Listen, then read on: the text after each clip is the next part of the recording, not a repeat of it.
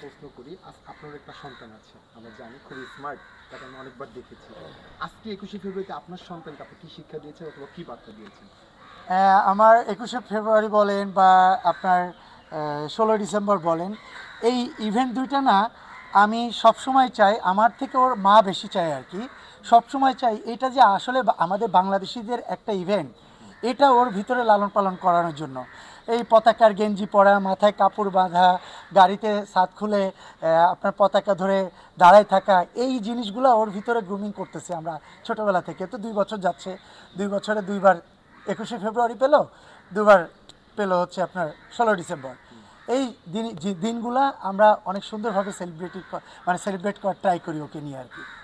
যদি আমি আরেকটা কথা বলি, আপনার নামে অনেক অভিযোগ আছে, আমি যদি আচ্ছা অভিযোগগুলো বলি আপনি যদি একটু ক্লিয়ার করেন। আচ্ছা অনেক অডিয়েন্স বলেছে জয় ভাইকে বা যারা স্টার রয়েছে, বিশেষ করে আপনার কথাগুলো, আপনার একটা ভালো ফ্যান রয়েছে, যেসব লোকজন আপনাকে পছন্দ করে। আপনি বিভিন্ন উদ্বোধন অনুষ্ঠানে যান, বিভিন্ন নায়িকাদের সাথে কিংবা বিভিন্ন জায়গায় আপনি দাওয়াত পেলে অবশ্যই যান। আপনারা যখন একটা প্রোডাক্ট কিংবা একটা যে কোনো কিছুর প্রচার করেন, তখন কিন্তু মানুষ জয় ভাই এটা কিনেছে কিংবা জয় ভাই এটা প্রচার করেছে, অবভিয়াসলি এটা নিতে হবে, এটা অবভিয়াসলি ভালো। কিন্তু সেই প্রোডাক্টের মান সম্পর্ক তো আসলে যাচাই বাছাই না করে কি আপনারা যদি যান, এটা যদি অডিয়েন্স কিনে কিংবা যারা আপনাকে পছন্দ করে কিনে, এক্ষেত্রে যারা যদি ক্ষতির সম্মুখীন হয় সে দায়িত্ব কি আপনি এড়াতে পারেন?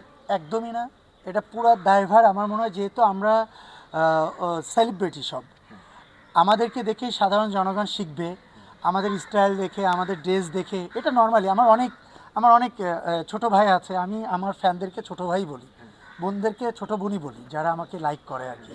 সো অনেকেই আছে যে ভাই আপনার এটা আমার খুব ভালো লাগে, আমাকে বলে ভাই আপনার এই জিনিসটা আমার ভালো লাগছে ভাই, আমাকে বলে। কেউ আমার সানগ্লাস পছন্দ করে, কেউ আমার ক্যাপ পছন্দ করে। তারা তো আমাকে দেখেই শিখবে না। এখন যেখানে আমি ভুল পথে যাব, সেই ভুল পথে কিন্তু আমি আরও 10 জনকে নিয়ে যাচ্ছি। সো আমি যেখানে যাব এটা আসলে রাইট কি না, এটা আগে আমাকে জানতে হবে। আপনি মানে এক কথা কি বলবো, আচ্ছা যারা বড় বড় বিসিএস ক্যাডার আছেন, বা আপনি প্রত্যেকটা জায়গায় ধরেন না, প্রশাসন বলেন, আপনার ইলেকট্রিক্যাল সেক্টর বলেন, ইঞ্জিনিয়ারিং সেক্টর বলেন, আইটি সেক্টর বলেন, ওরা যতই এখানে থেকে বিসিএস ক্যাডার হোক না কেন, তারা দেখবেন ঠিকই দূরে যাচ্ছে, বড় ইউনিভার্সিটিতে যাচ্ছে হায়ার এডুকেশন করার জন্য, বড় ডিগ্রি নেওয়ার জন্য। সো সেই গ্রুমিংটা যদি বাচ্চাদের ছোট থেকেই হয়, এটা আর একটু বেটার না? আপনি বিসিএস বলেন বা বড় বড় কোম্পানি, মাল্টিনেশনাল কোম্পানি যেগুলো আছে, আমরা গভর্নমেন্ট জব কয়জন পাই? গভর্নমেন্ট জব পেতে গেলে, স্ট্যান্ডার্ড লেভেলের গভর্নমেন্ট জব পেতে গেলে তো আপনাকে বিসিএস ক্যাডার হতে হবে।